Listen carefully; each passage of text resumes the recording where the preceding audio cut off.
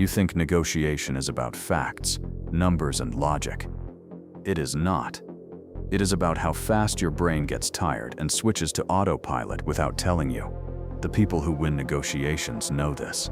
They are not trying to outthink you in a logical debate. They are trying to push your mind into using shortcuts. Shortcuts that feel natural, fair, and harmless. Shortcuts that were useful in the wild when your ancestors had to make life or death choices in seconds. Today, those same shortcuts are used against you in salary talks, contracts, and even in simple favors. The negotiators who win know exactly which shortcuts to trigger and when to trigger them. You walk away believing you made a rational choice, when in reality you were pushed down a narrow mental hallway and told it was freedom.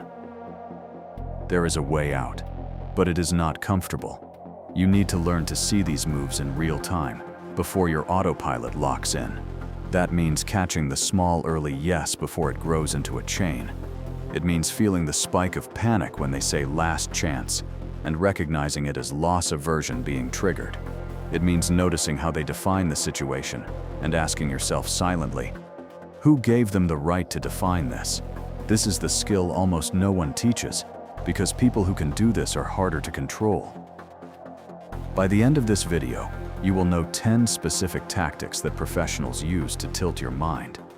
But there is something more dangerous underneath. There is a meta strategy that makes these tactics fall apart the moment you apply it. It is not about having better arguments. It is about refusing to think inside the mental box they hand you. That skill only works if you can spot the move the second it hits. The tiny favor, the extreme first offer, the fake scarcity, the carefully chosen number, the carefully chosen role they want you to play. As you go through the next chapters, do not just listen for theory. Start asking, where have I already fallen for this? And who is going to try this on me next? Now let us break down how your mind gets hacked in the first place. How negotiators hack your mind's autopilot. Your brain runs on energy. Careful thinking costs a lot of that energy. So your mind uses rules of thumb called heuristics. They help you answer questions fast. Is this safe? Is this risky? Is this person trustable? Is this deal good enough? These shortcuts were shaped by evolution, not by fairness. Skilled negotiators do not fight these biases. They surf them. They scan you for signs of stress, ego, and fear. Then pick a strategy that lets your own brain trap you. You think you are defending your position. In reality, you are defending the story they fed you. There are 3 main weapons that almost every serious negotiator uses, whether they know the science behind it or not: commitment and consistency, loss aversion, and framing. If you understand these 3, you start seeing the strings. Commitment and consistency is simple. Once you say yes to something small, your brain wants to stay consistent with that yes. Leon Festinger called this cognitive dissonance, the discomfort you feel when your actions and your self-image do not match. Friedman and Fraser showed this in 1966. They asked homeowners for a tiny favor, a small "drive safely" sticker in the window. Weeks later, they came back and asked those same people to put a massive, ugly sign on their lawn. People who had agreed to the small sticker were far more likely to agree to the big sign. Why? Because after the first yes, they now saw themselves as helpful citizens. Saying no later would feel like betraying their own identity. The second decision felt like their own choice, but it was chained to the first yes. Loss aversion is even more brutal. Kahneman and Tversky found that losing hurts about twice as much as gaining. Feels good. In simple terms, you would rather not lose $100 than gain $100. This tilt shows up everywhere. If a negotiator can make you feel like you might lose something, your brain panics more than it does when you think about possible gains. So they frame everything as a potential loss. Not "you could get a bonus," but "you could miss this bonus." Not "here is what you gain from this deal," but "here is what you will lose if you walk away." You stop asking, "Is this actually good for me?" and instead ask, "How do I not lose?" That is a weaker position. Framing is the hidden skeleton of every negotiation. It is not what is said, but how it is presented. Tversky and Kahneman ran famous studies where people were given the same outcome described in 2 different ways. For example, a medical treatment could be framed as 90 out of 100 people survive, or 10 out of 100 people die. Logically, they are identical. Emotionally, they are not. People strongly preferred the survival frame, even though the numbers were the same. This is how framing works in real deals. A contract can be framed as a rare opportunity or a basic market offer. A salary can be framed as competitive for your level or a stretch given your experience. The numbers do not change, but your sense of what is fair does. To understand how dark this can get, imagine a hostage negotiation. The negotiator is not just talking to the hostage taker. They are watching breathing patterns, voice pitch, speed, choice of words. Are they angry or scared? Are they desperate for status or for control or for connection? A desperate father with a gun is different from a cold professional criminal. The negotiator adjusts on the fly. If the person is ego-driven, they feed that ego with respect and titles, then use that pride to get concessions. If the person is in panic, they slow their voice, label emotions, and act as the only stable anchor in the chaos. None of this is random kindness. It is targeted nervous system control. They are pacing your emotional state, then leading it. By the end, the hostage taker may believe they chose the outcome, but every step was guided. High-pressure sales works the same way, just with a smile. A skilled salesperson watches for micro signs, how quickly you answer, whether your shoulders drop when you hear a price, whether your jaw tightens when they mention time. If they sense fear of missing out, they bring in scarcity. If they sense guilt, they lean on reciprocity. If they sense pride, they talk about identity, status, and being the smart buyer. They are not arguing with your logic. They are pressing buttons in your nervous system. Robert Cialdini spent years watching this in the field. His research on influence showed something uncomfortable. The most powerful tactics do not feel like tactics. They feel like normal social rules. Reciprocity. Someone does you a small favor. You feel pulled to do something back, even if you did not ask for the favor. Social proof. You feel safer doing what many others are already doing. Authority. You trust someone more when they have symbols of status, like a title or expensive suit. Consistency. Once you take a stand publicly, you feel forced to stay with it. Scarcity. You want what seems rare. These are not exotic tricks. They feel like good manners and common sense. That is the problem. You rarely question them. In negotiation, these good manners are weaponized. The salesperson who gives you free coffee and a special tour is not just being friendly. They are triggering reciprocity so that when they ask for your time or commitment, saying no feels rude. The recruiter who says, "Just answer a few quick questions," is not just making the process easy. They are trying to move you from free agent to candidate in your own head so that later you accept worse terms because you see yourself as already engaged. The manager who praises your loyalty before asking for unpaid overtime is not just being kind. They are using your identity against you. Professional negotiators are trained to scan 3 areas fast: your emotional state, your sense of urgency, and your ego. Emotional state tells them which emotions to dial up or down. Urgency tells them how easily you can be pushed with deadlines and scarcity. Ego tells them whether to flatter you, challenge you, or make you prove something. They then plug these into the same small set of psychological levers: commitment, loss aversion, framing, reciprocity, scarcity, and social proof. None of this looks evil on the surface. It looks like helping you decide. Your main weakness is not lack of intelligence, it is speed.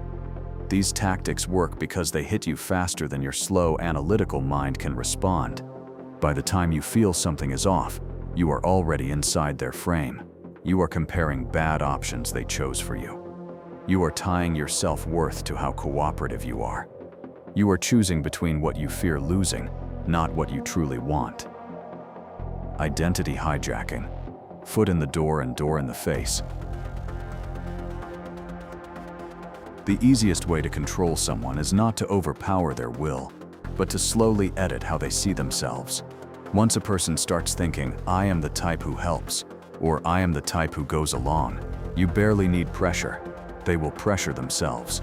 This is what identity hijacking does in negotiation. The tools look simple. A tiny favor here, an extreme request there. But underneath, these moves are rewiring how you explain your own behavior to yourself. Foot in the door is the classic identity hijack. Friedman and Fraser showed how it works in a simple experiment. They went to a neighborhood and asked homeowners for a small, harmless favor. Put a little "Drive safely" sticker in the window. Almost no cost, barely any thought. Most people said yes. A few weeks later, a different person came back with a much larger request. A huge, ugly sign on the front lawn saying, "Drive carefully," blocking a big part of the view. Rationally, this is a completely different level of commitment. It ruins the look of the house. Yet people who had agreed to the small sticker were far more likely to accept the large sign. What changed? The first yes had quietly shifted their identity. In their own minds, they were now helpful neighbors who support safety. When the second, much larger request came, saying no would have felt like betraying that self-image. They did not think, "I am being manipulated." They thought, "This is who I am." That is the power of small commitments. They are not about the action itself. They are about training you to see yourself in a certain way, so later you will act to protect that identity. This trick shows up in modern negotiations all the time. A recruiter asks if you can hop on a quick call to talk about your background and career goals. You agree. Next, they ask you to fill out a long questionnaire so we can position you better. You comply again. By the time they present a weak offer, you have already invested time, energy, and self-disclosure. You now see yourself as a candidate in a process, not a free agent. Saying no feels like throwing away everything you already put in. You feel pressure to be consistent with your earlier cooperation, even if the final deal is bad. Salespeople do the same. They start by asking you small questions you can easily agree with. You care about your family's safety, right? You want to save money in the long term, correct? You nod. Later, when they push a larger commitment, they connect it back to those small yeses. Since you said you care about safety, this package is the right thing to do. If you resist, they do not have to argue with the facts. Your own earlier statements are used as a weapon. You either agree, or you feel like you are going against your own values. Managers use foot in the door in workplace negotiations. They ask for a tiny favor. Stay a bit late, just this week. Help with a small extra task. Sit in on a meeting. You say yes, because it seems petty to refuse. Over time, this grows. You are now the reliable person who always helps. When your manager later asks you to take on unpaid extra duties or accept a lower raise for the good of the team, you are trapped by your own self-image. You want to stay consistent with the story you have built. Loyal, team player, not difficult. They do not need to threaten you. Your identity is doing the threats for them. Door in the face is the mirror image. Instead of starting small and going big, they start with a huge, unrealistic request that you are supposed to reject. Cialdini tested this. In one study, students were first asked to commit to a large, time-consuming volunteer project, like working with problem youth for 2 years. Most said no.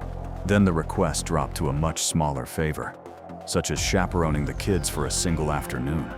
Compared to the first request, this second ask felt tiny. Compliance shot up. When people feel that the other side has backed down from something extreme, they feel social pressure to meet them halfway, even if that halfway is more than they wanted to give.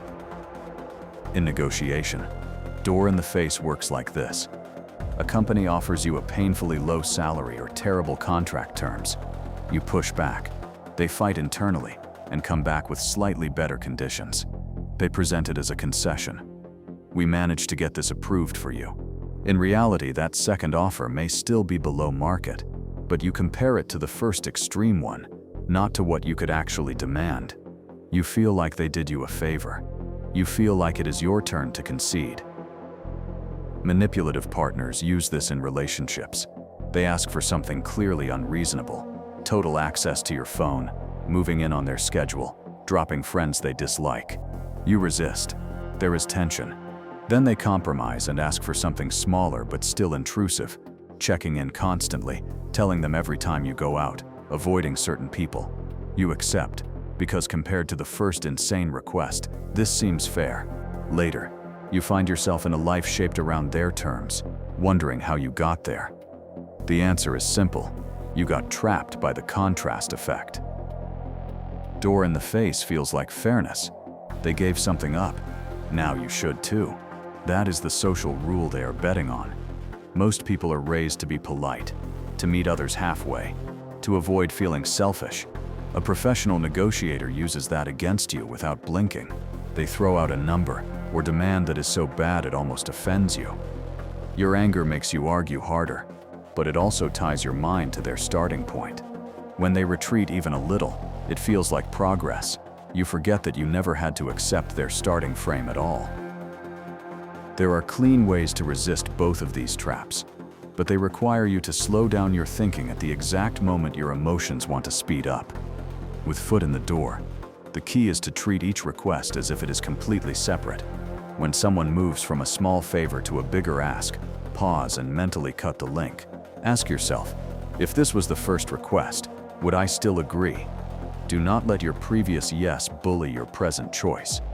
You can also use explicit self-labeling in your favor. Tell yourself, I am the type of person who decides based on current facts, not sunk costs.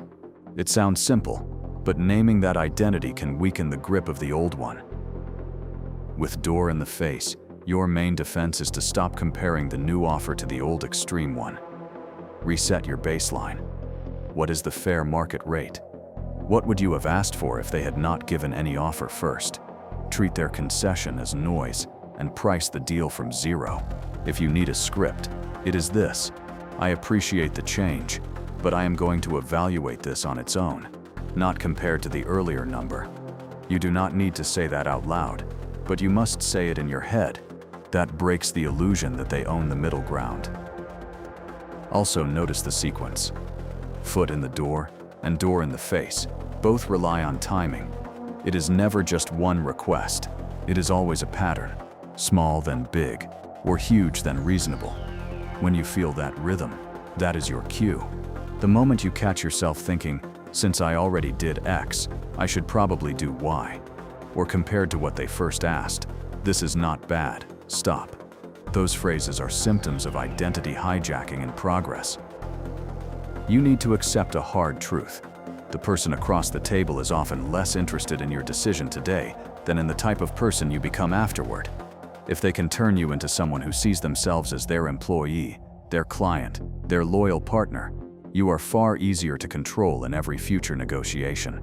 Foot in the door and door in the face are not just tricks to close a deal. They are tools to teach you how to treat yourself. Every small yes, every compromise plants a seed in your identity. You either let others plant those seeds, or you start choosing which ones you allow. Language is a weapon, because scarcity and loss aversion.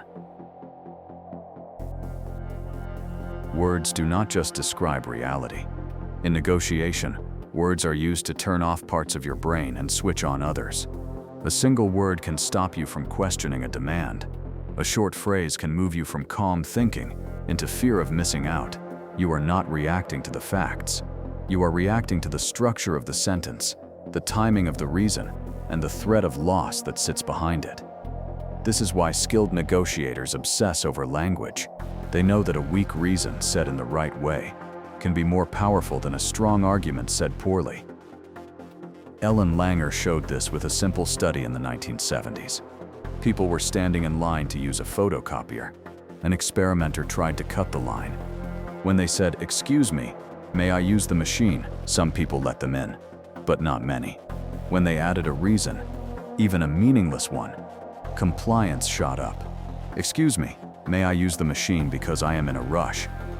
Worked well, as expected, but here is the strange part. "Excuse me, may I use the machine because I have to make copies?" Worked almost as well, even though it gives no real information. People heard the word because, and their brains treated it as a valid justification. They reacted to the pattern, request plus reason. They did not judge the quality of the reason. Negotiators copy this pattern every day. They attach flimsy reasons to their demands, trusting that your brain will relax as soon as it hears because. We need you to sign today, because this is end of quarter. We cannot change that clause because it is company policy. This is the rate because that is how it has always been done. None of these explain why the condition is good for you. They simply sound official. Your mind hears a structure it has been trained to respect, request plus justification. You stop pushing as hard. You accept constraints that you would question if no reason had been given. You fight this by listening not just for because, but for what comes after it. If the reason after because is vague, circular, or only about their internal process, treat it as if no reason was given at all. Company policy is not a reason. It is an excuse. End of quarter is not your problem. It is theirs. Tradition is not an argument. It is laziness dressed as wisdom. When you mentally strip away the fake reason, what remains is the raw request. Do you still agree to it? That is the only question that matters. Now add scarcity to the mix, and the game gets more aggressive. Cialdini found that people assign far more value to things that seem rare or about to disappear. The moment scarcity appears, your mind shifts modes. You stop calmly weighing pros and cons. You start thinking like a hunter about to lose prey. Scarcity taps straight into loss aversion. Remember, your brain hates losing about twice as much as it likes gaining. So the threat of losing an opportunity feels much stronger than the promise of potential gain. Negotiators use this by framing their proposal not as look what you could get, but as look what you will lose if you hesitate. A manager might say, if you do not accept this role now, the promotion window closes. A salesperson might say, if you leave the store, I cannot guarantee this price. You feel a knot in your stomach, not because the offer is amazing, but because your brain is screaming, do not lose. This is why so many deals are wrapped in time bombs, exploding offers that expire in hours, discounts that vanish at midnight, pre-approval that is only valid for this conversation. The real goal is not efficiency. The real goal is to stop you from doing your homework. Urgency kills due diligence. A rushed mind is an obedient mind.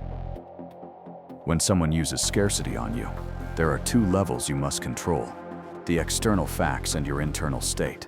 Outside, ask for clear information. What exactly happens if I do not decide today? How often does this type of offer come up? Is the deadline based on something real, like a legal cutoff, or is it just sales policy? Inside, separate the value of the offer from the fear of losing it. Ask yourself, if this same deal was available next week, would I still want it? If the answer is no, then the deal is not actually good. It is just noisy. Loss aversion also shows up in more subtle framing.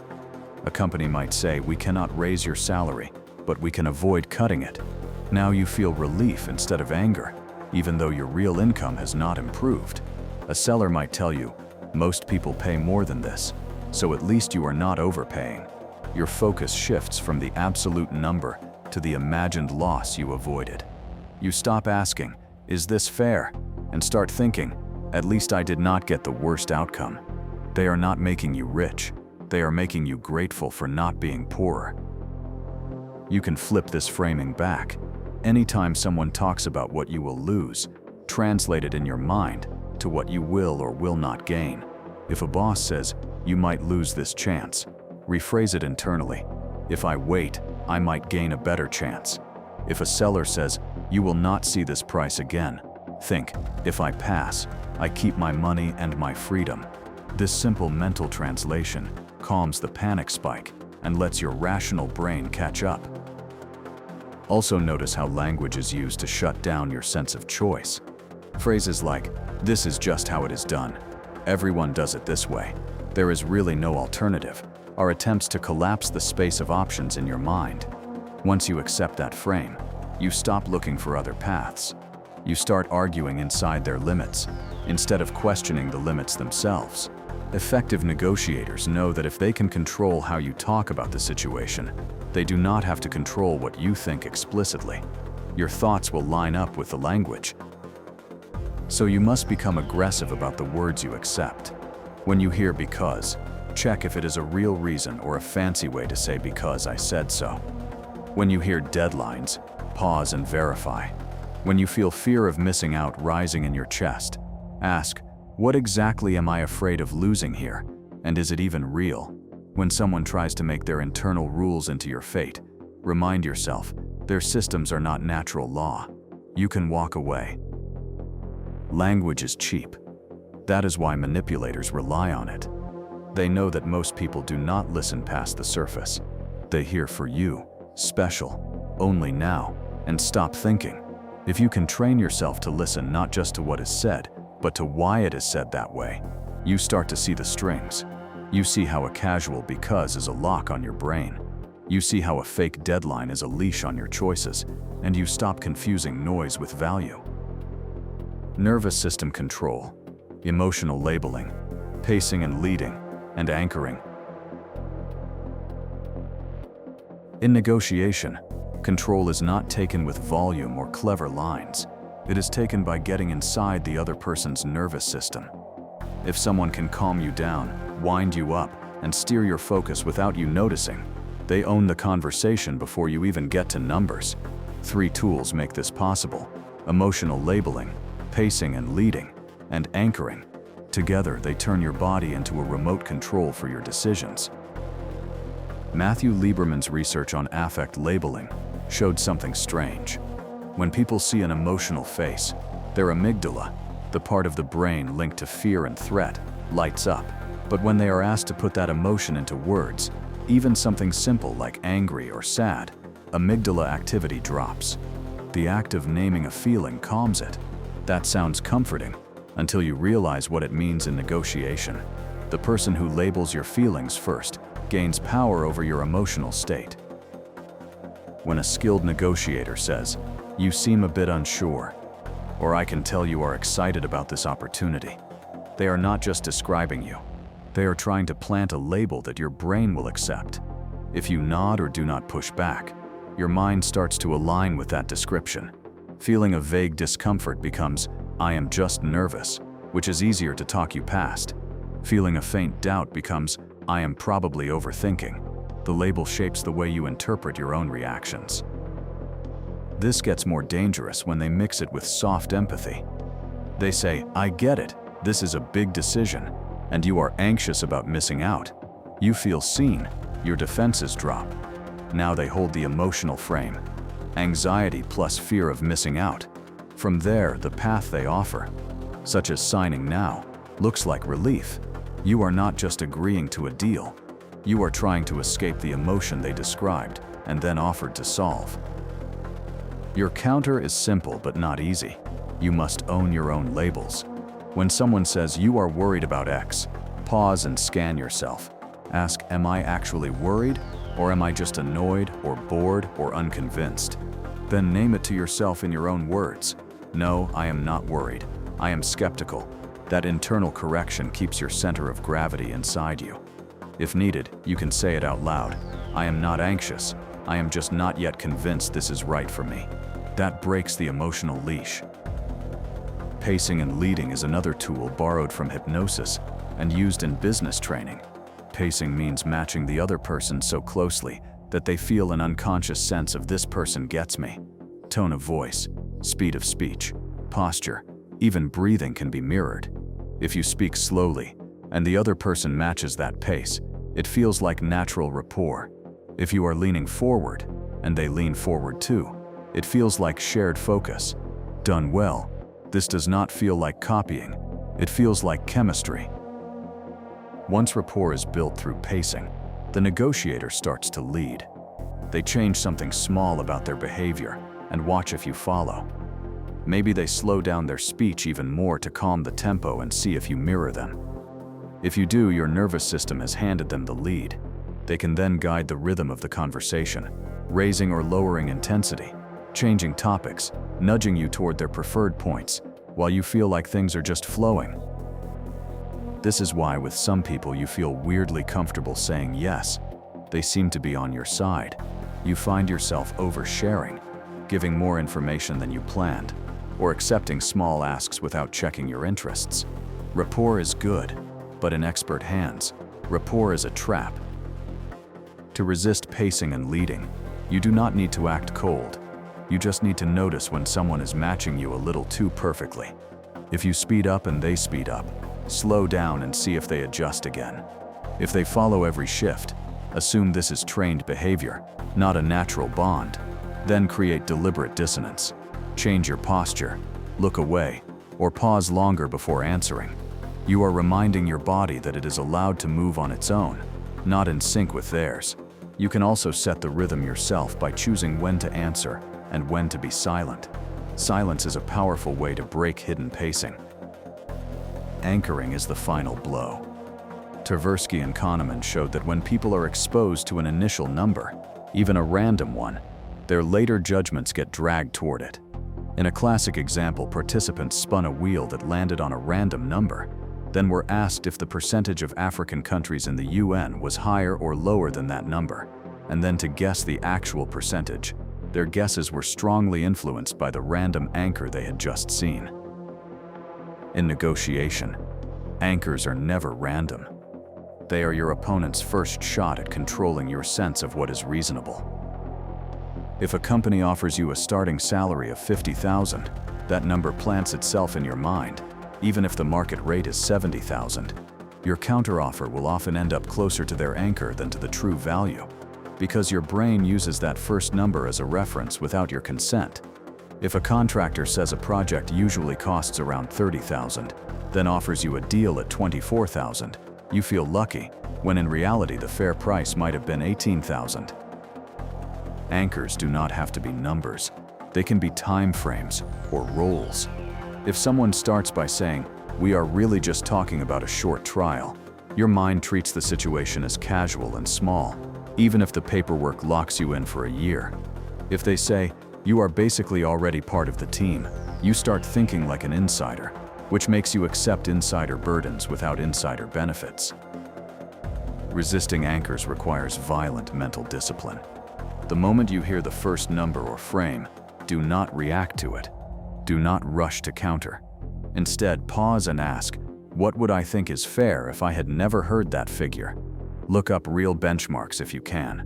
Bring in external data, industry averages, competitor quotes, past deals you know. Then create your own anchor before you respond. Say, based on market data and my experience, I am looking at 75,000, even if they started at 50,000. Now the reference point in the conversation has shifted. You have dropped your own anchor. Also, do not let their anchor define the range. If they throw out something insultingly low, you do not have to stay within reason around it.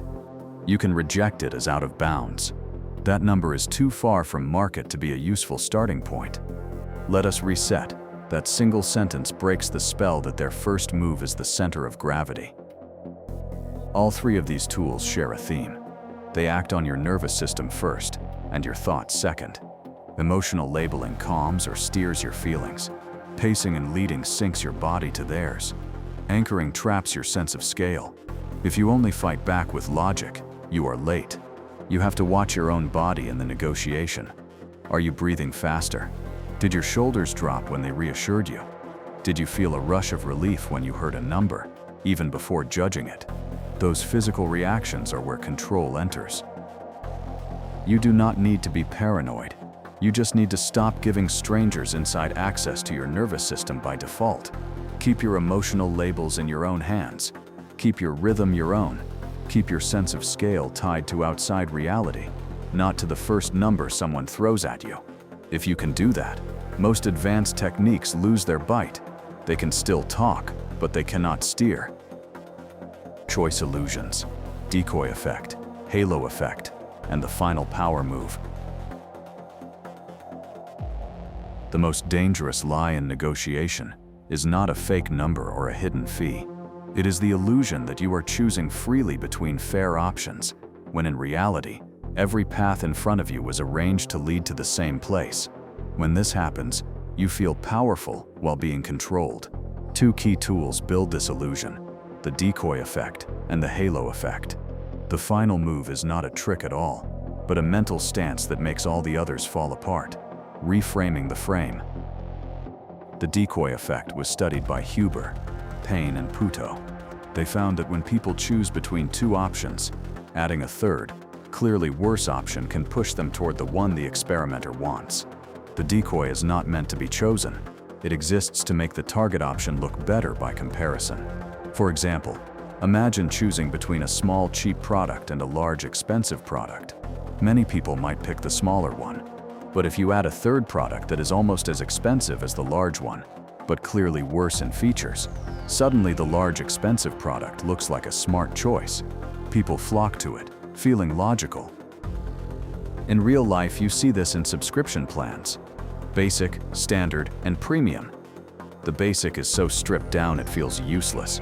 The premium is so overpriced it feels insane. The standard sits in the middle, slightly overpriced but now looking reasonable. That middle plan is usually what they want you to pick. The other two are decoys. Negotiators do this with contract terms too. They might offer you 3 packages: A, with terrible restrictions; B, less terrible but still weak; and C, outrageously expensive and strict. You are meant to discover B as the balanced choice. You feel smart for avoiding both extremes. You do not ask whether there is a fourth option that is actually good for you. You do not ask if you can design your own structure. You accept their menu as the whole restaurant. The halo effect makes things worse. First studied by Thorndike and later by Nisbet and Wilson, it shows that when you notice one strong positive trait in a person, that trait bleeds into your judgment of everything else about them. If someone is attractive, confident, or carries high status symbols, you unconsciously rate them as more honest, smarter, and more fair than they might be.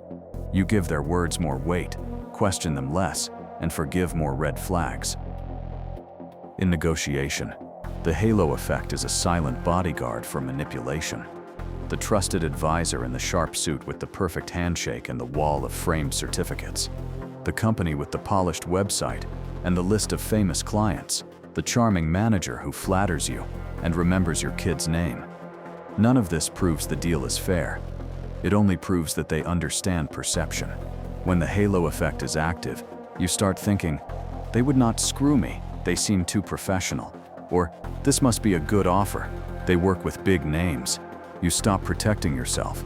You accept their decoy structures and biased frames because you assume someone that impressive does not need to trick you. That is exactly why those people invest so much in their image. The more untouchable they look, the less you look closely. To counter the halo effect, you must separate behavior from appearance. Ask yourself, if this exact offer came from someone sloppy and unknown, would I still consider it? If this clause was in a contract from a random stranger, would I sign it? If the answer is no, the halo is talking, not your rational mind. You are not required to distrust everyone. You are required to judge offers by their content, not by the glow of the person presenting them. Now the final power move I promised you at the beginning. Reframing the frame. Every tactic in this video so far depends on you accepting the frame the other person sets. The frame defines who you are in the conversation, what the options are, what the timeline is, and what counts as a win. If they say you are a buyer choosing between these 3 plans today, and you quietly accept that frame, all their tricks work on you. If you refuse the frame, their tools lose ground fast. Reframing the frame means stepping outside the script they are handing you and writing your own. Start with time. If their frame is, you must decide now, your reframe is, I do not make significant decisions under time pressure. Say it or think it, but act on it. When you walk away instead of rushing, the scarcity and loss aversion tactics run into a wall. Next is role. If they cast you as grateful candidate or eager buyer, your reframe is, I am not a buyer yet, I am an evaluator. As an evaluator, your job is not to agree. Your job is to test, question, and compare. This mental shift lets you ask harder questions without guilt. You stop feeling rude for protecting your own interests. You start seeing their charm as input, not as a command. Then, redefine the baseline. Anchors, decoys, and fake concessions all rely on you using their starting point as your reference. Your reframe. We are going to start from my numbers and my standards. That does not mean you get everything you ask for, but it changes the fight. Instead of defending against their bad offer, you are arguing from your fair one. When they offer something far below your line, you do not have to dance. You can say, "That is outside my acceptable range," and stay silent. Silence forces them to move the frame or end the discussion. When you notice a decoy setup, call it to yourself. This middle option looks designed to make me feel safe. What is missing from all three? Ask, can we structure something different? Or if they say no, ask yourself, why am I only considering these 3 boxes they gave me? Sometimes the best move is to leave and find a place where you are not treated like cattle being funneled through pre-built pens. Reframing also applies to identity hijacking. When someone leans on your loyalty, your kindness, your desire to help, check if those traits are being used as chains. Your reframe. Being loyal does not mean agreeing to everything. Being helpful does not mean being exploited. Give yourself permission to hold both. You can still be a good person and reject bad deals. Here is the hard secret. The person who consciously controls the frame usually wins the negotiation. No matter how much status or money the other side has, they decide what counts as normal, what counts as generous, what counts as urgent. All the tactics you have seen feed into that. Foot in the door shifts your identity frame. Door in the face shifts your fairness frame. Because language and scarcity shift your reasoning and time frame. Emotional labeling, pacing, and anchoring shift your emotional and value frames. Decoys and halos shift your choice frame and your trust frame. These tricks stop working the moment you can calmly see them, name them, and refuse to think inside them. That is your job from now on. The next time someone makes an extreme offer then compromises, do not feel grateful. See door in the face. The next time someone gives you a small favor then asks for a bigger one, do not feel obligated. See foot in the door. The next time you hear because policy, last chance, only for you, watch your nervous system tighten, then relax on purpose and ask for facts. You are not going to win every negotiation overnight. But the first real win is this: you stop being an easy target. You stop walking into deals blind. You stop confusing pressure with urgency, charm with honesty, and narrow menus with real choice. You start playing a different game. Not how do I get the best deal inside their frame, but whose frame am I inside, and do I accept it? That question alone separates people who are used by systems from people who quietly bend those systems to their own terms.